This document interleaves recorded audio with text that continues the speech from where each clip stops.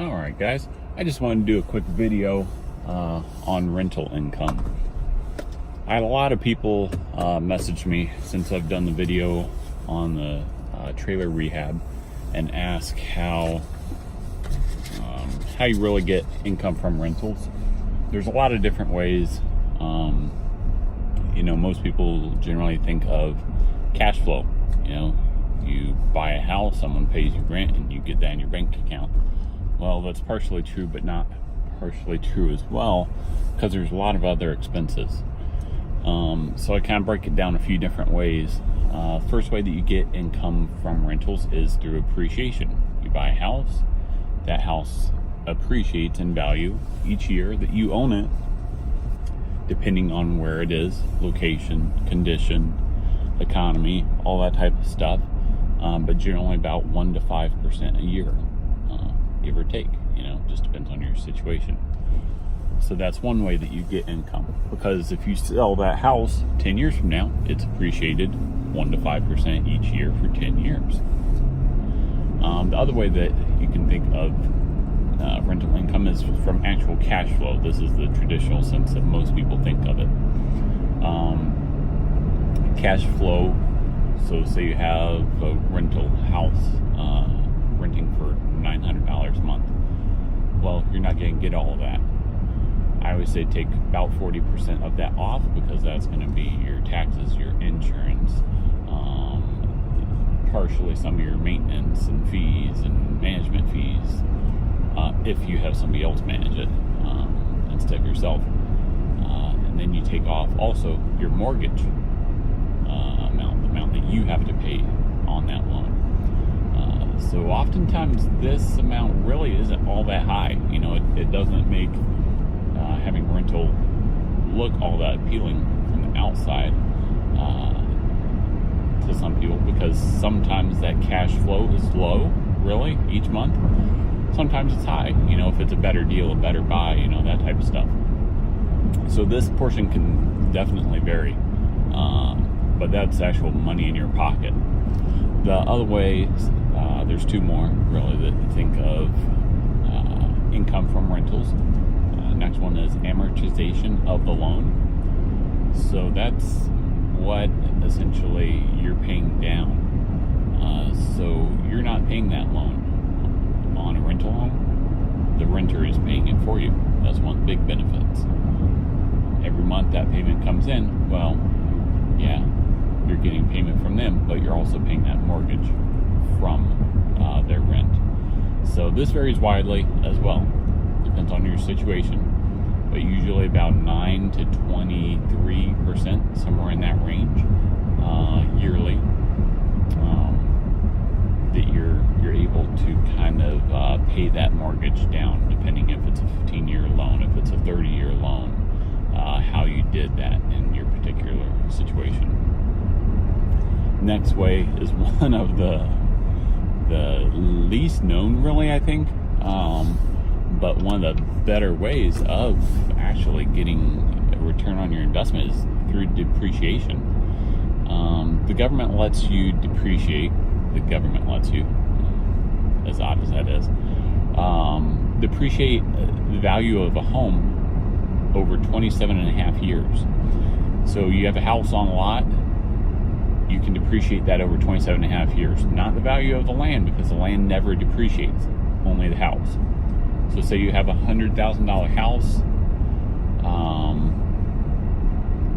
you take 80% of that, divide it by 27 and a half, it's 3,600 about per year, and then you take off whatever tax bracket you're in, say 40% to make it easy.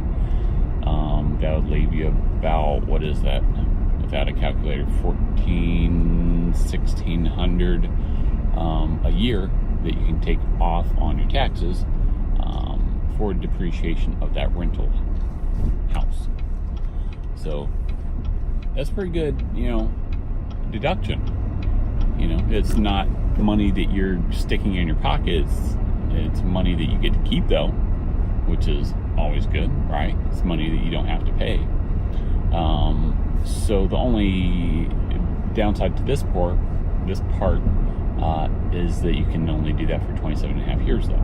Seems like a long time. But even at the end of that 27.5 years, there's a few different things you can do to circumvent that, really. Is you can sell the house and buy a different house. Or if you're managing your rentals through an LLC, an S-Corp, or some other type of entity, you can sell it to your other one if you have multiple LLCs. And then the whole process starts again.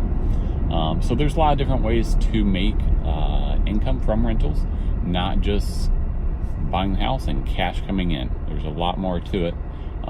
It can definitely be worth it. It can also be kind of a pain in the butt depending on the day, the property, the renter, all those things.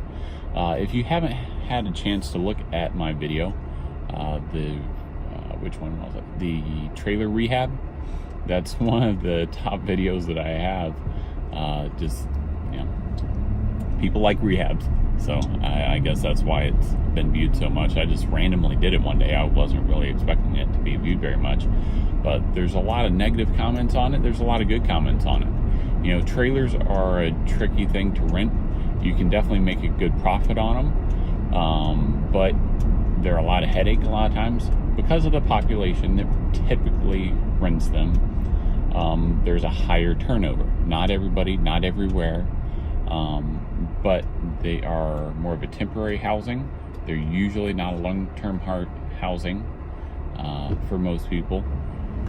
So you have to oftentimes have a lot of them to make any real money from it.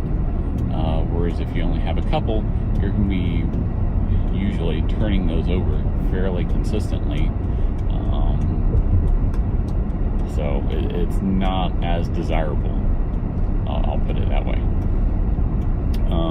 So anyway, some of the negative comments on that video were that, it still looks like crud, it looks horrible, why didn't you put more money into it? Well, it's a trailer. It's I don't remember what year that one was. I think it's 78 or something. But you're not going to dump a bunch of money in a trailer that only depreciates. Trailers don't appreciate in value, they only depreciate in value. So the goal of that renovation was really to flip it, make it safe, make it comfortable. It's not going to be the Taj Mahal by any means, but provide someone with temporary and good, safe housing until they get back on their feet. They decide where they want to live full time. Whatever the situation may be. So anyway, we since do not have that trailer anymore. We have sold that one. We actually still know the guy that bought it. He has yet to make a profit on it.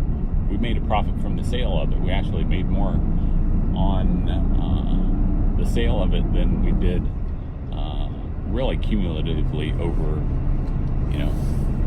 12 months of having it. So the guy that owns it now is hoping to turn a profit here within the next 3 to 6 months. There's multiple issues with it, not so much it, but the renters. One person he had to evict, one person had medical issues, wasn't able to pay. He worked with them as best as he could. Family ended up taking it over. Another person was there like 2 months and then left, that's fairly common. Like I said, not everywhere, not every situation though. So anyway, if you all have any questions, comments, concerns, you want something covered on a new video, definitely just let me know. And as always, please like, share, and subscribe. Thank you.